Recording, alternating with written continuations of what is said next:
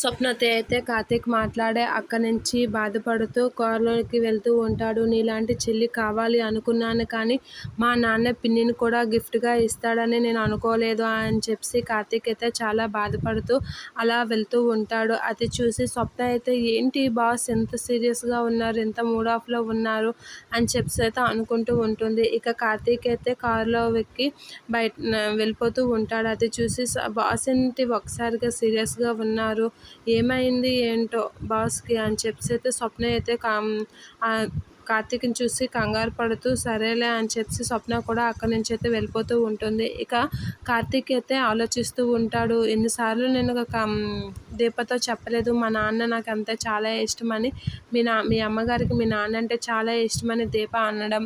అవును, మా నాన్నకి మా అమ్మ అంటే చాలా ఇష్టం, అందుకే నాకు మా నాన్న అంటే చాలా ఇష్టం, మా నాన్నలా ఉండాలని కూడా నేను అనుకుంటున్నాను అని కార్తీక్ అయితే చాలాసార్లు దీపతో అంటూ ఉంటాడు. ఆ మాటలన్నీ తలుచుకొని కార్తీక్ అయితే బాధపడుతూ ఉంటాడు. ఇక కార్తీక్ అలా బాధపడుతూ దీపతో ఆడిన మాటలని గుర్తు తెచ్చుకుంటూ అలా బాధపడుతూ ఉంటాడు. ఇక కార్తీక్ అయితే కార్ డ్రైవ్ చేస్తూ దీపకి ఈ విషయం తెలిసి కూడా నాకు ఎలా చెప్పడం లేదు, అసలు దీపకి ఈ విషయం ఎలా తెలిసినా నాకెందుకు చెప్పడం లేదు అని అయితే బాధపడుతూ ఉంటాడు. మళ్ళీ కార్తీక్ వాళ్ళ నాన్న వాళ్ళ అమ్మని ప్రేమగా చూసుకోవడం అవన్నీ తలుచుకుంటూ ఉంటాడు. వాళ్ళ అమ్మనికి దగ్గరుండి సేవలు చేయడం అవన్నీ తలుచుకుంటూ బాధపడుతూ ఉంటాడు కార్తీక్.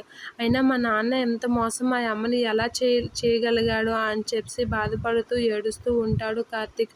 ఈ విషయం తెలిసి కూడా నాకు దీప ఇన్నాళ్ళు చెప్పలేదేంటి అని కోపంగా ఉంటాడు కార్తీక్ దీపపై.